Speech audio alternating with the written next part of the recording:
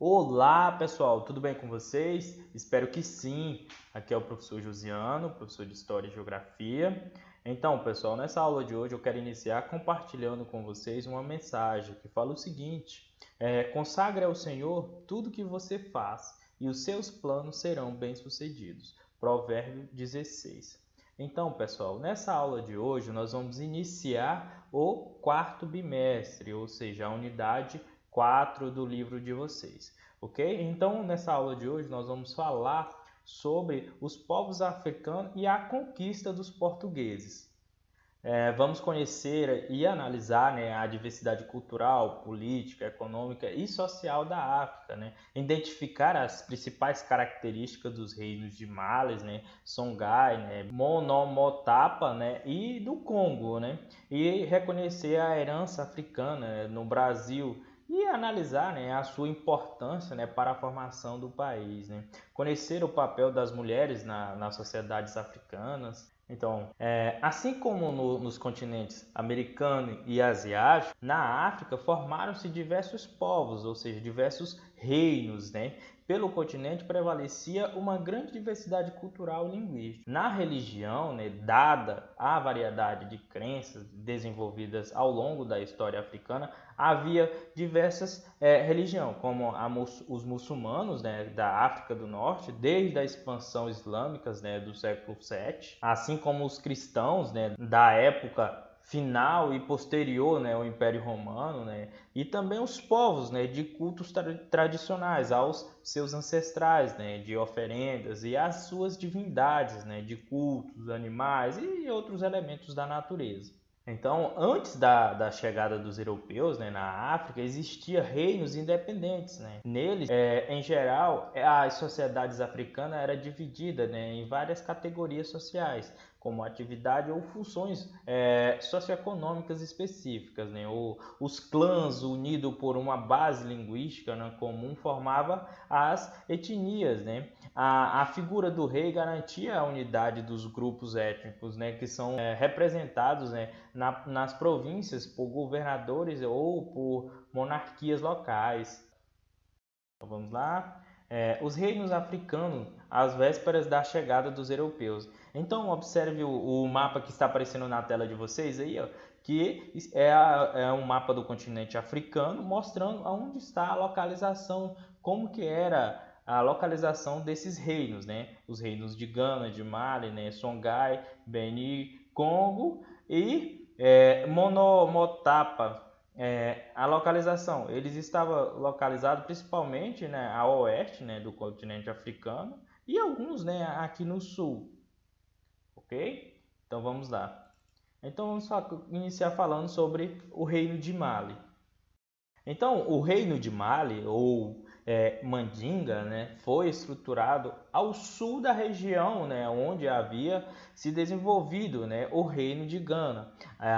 As mais antigas notícias, né, dos governantes datam-se do século XII, né? Mas foi só em 1235 que o soberano Sandijata expandiu seu domínio, né? Conquistando terras ao sul, né? Ou seja, com as minas de ouro, e ao norte, com grandes reservas de sal, o domínio do comércio, né? Transsaariano. Os suditas, né, converteu-se ao islamismo, recebendo títulos de Mansa. Então, entre os séculos, né, 12 e 15, né, o reino de Mali transformou-se em um poderoso império, dominando desde o interior do Saara até a costa do Atlântico, né, atual Mali e Mauritânia. Né. E, então, com Gana também era um grande produtor de ouro, além de algodão, arroz, sal, cobre, né, entre outras. Os artesãos, né, mileneses, né, desenvolviam diversidades e atividades, né, reunindo os orifes, né, os tecelões, os marceneiros, né, entre outros. Mali controlou importantes rotas comerciais, né. Mali controlou, né, importantes rotas comerciais, né. O poder de Mali ele se concentrava, né, na figura do monarca, né, auxiliado por um conselho e pelo chefe das forças armadas, né, e pelos responsáveis, né, pelos depósitos do tesouro, que era o ouro e o cobre. Né. Então, vamos lá.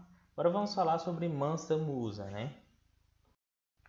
No início do século XIV, né, entre os anos de 1324 e 1325, né, o governante de Mali, o Mansa Kanka Musa, fez uma peregrinação, né, a Meca, né, com milhares de servos, né, muitos camelos e uma grande quantia de ouro, né? E ao longo do caminho, o rei teria doado parte da sua riqueza para a construção de uma mesquita. Musa reuniu os sábios, né, muçulmanos e os levou para a cidade, né, que é a atual Mali hoje, né, que ficou famosa na época por sua riqueza e era um ponto importante, né, por onde passavam as caravanas que atravessavam o deserto com produtos asiáticos e africanos, né? Então, com a colaboração dos sábios e das ações do governante, né, de Mali, a cidade destacou-se universidades muçulmanas, né, as chamadas mandraças, né,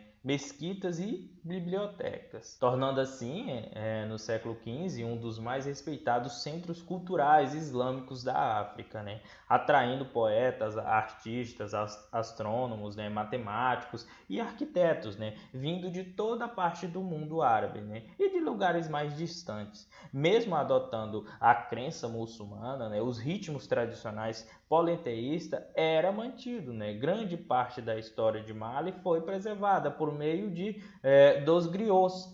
Quem eram esses griots? Eram as pessoas, né, encarregadas de guardar e transmitir o seu conhecimento oralmente, ou seja, transmitir a história ao seu povo. Então vamos lá. Agora vamos falar sobre o Império de Songhai. Ao longo dos anos, o Mali foi atacado e sequestrado por povos vizinhos, perdendo parte de seu território, né, para o Império Muçulmano Songhai. E com a capital em Gao, onde um pequeno estado já existia desde o século XI, com isso o Império de Songhai, né, tornou-se mais importante unidade política da bacia do Rio Níger. Então, em 1471, o governante songuês, né, ele conquistou Mali. Durante os séculos XV e XVI, né, Songhai dominou o comércio através do Saara, né, atingindo o Mediterrâneo pela Argélia, né. Songhai foi um estado mais forte do Sudão Ocidental até 1591. Então, nesse ano, os exércitos, né, originários do Marrocos invadiu o território songuês, né, resultando na destruição, né, de mesquitas e escolas, bibliotecas e na desintegração da estrutura de poder. As atividades urbanas e comerciais foram substituídas pelas atividades agrícolas, né, e pelos pastoreiros, né, que havia uma retomada, né, das religiões tradicionais. O Mali também despertou o interesse dos portugueses, né, no século XV, que buscava ouro e escravizados, né? Traficantes portugueses incentivaram, né, os conflitos entre os chefes africanos, né, e contra o imperador do Mali. Então vamos lá, vamos falar sobre o reino de Beni. Então Beni foi outro grande reino, né, da África fundado pelo povo de Edo, né, no século XI, em territórios da atual Beni, né, Nigéria e Camarões. Muitos habitantes desse reino, né, foram capturados e escravizados pelos os Nangós, né, e os Iorubas, né, e seus vizinhos rivais. Boa parte dos habitantes de Beni, né, foram escravizados, né, e posteriormente foram vendidos aos europeus. O governo de Beni cabia aos obás, né, reis que concentravam os poderes políticos e religiosos. A cultura de Beni preservou a religião tradicional, né, cuja as divindades eram chamadas de orixás, né. Essa religião influenciou bastante na cultura brasileira, né, e o que pode ser percebido principalmente no estado da Bahia, né. A cidade de Beni, capital do reino, né, também tinha ruas largas e extensas, né. O Palácio Real possuía diversos prédios com colunas de madeiras, né, e galerias com placas de cobre e também placas de bronze. Os chamados bronze de Beni, né, foram um dos conjuntos artísticos formados na história da África, né. Grande parte dos objetos, né, como placas comemorativas dos palácios, né, produzida entre o século XIII ao século XVIII, né, encontra-se no Museu Britânico, né, em Londres, né. Alguns foram feitos com a técnica da cera perdida, ou seja, molde de argila que serve como recipiente para o metal incandescente. Outro material que era utilizado, né, como a madeira, o marfim, o ferro, a cerâmica e também o ouro. Essa produção artística parece ter sido influenciada, né, pela cultura de Ilé-Ifé, região de nascimento da cultura Yoruba, né? Ifé, localizada na região da atual Lagos, né, na Nigéria, tornou-se um importante centro de expressão religiosa. Suas práticas culturais e religiosas foram transmitidas, né, pelos africanos escravizados saídos dessa região para as colônias portuguesas, espanholas, francesas e também inglesas. Vamos lá, agora vamos falar do Império Monomotapa, né? Então, essa foi outra civilização que merece destaque, né? Localizada no sul da África, em áreas de zonas do atuais Zimbábue, né? E também Moçambique. Seus governantes, né, era chamado de Senhor das Minas, né? Termo que seria adotado posteriormente pelos portugueses, né, para designar o reino. Então, o auge desse império ocorreu entre o século XIV e XVI. Sua população trabalhava na exploração das minas de ouro e na realização de trocas comerciais, né, em regiões banhadas pelo Oceano Índico. Então, a capital, né, desse grande império era Zimbábue, né, e reunia artesãos e joias de ouro e também de cobre, né, comerciantes, escultores e pastores. Em meados do século XV, né, a cidade da Grande Zimbábue ela foi incendiada e abandonada. No século XVI, os portugueses estabeleceram relações comerciais com esse império, né, onde escoava ouro para Moçambique. Né? Esse século foi marcado pela disputa comercial e política entre os europeus, árabes e também africanos, né, pelo controle das rotas comerciais, né, com o Oriente. No século XVII, né, o soberano do Império Zombi foi chamado de Dombo e seu exército expulsaram os portugueses de Zimbábue. Contudo, né, no século seguinte, a região foi, como quase todo o continente africano, palco de conquista e domínio das potências europeias. Perante as ruínas, né, da Grande Zimbábue, os europeus insistiram em negar que fossem sinais de uma grande civilização africana. Então, conquistadores e admiradores, né, e mesmo pesquisadores repetiam, né, por décadas que a grandiosidade demonstrada pelas ruínas, né, não poderia ter sido feita por nativos, né, do continente, apesar das evidências apresentadas, né?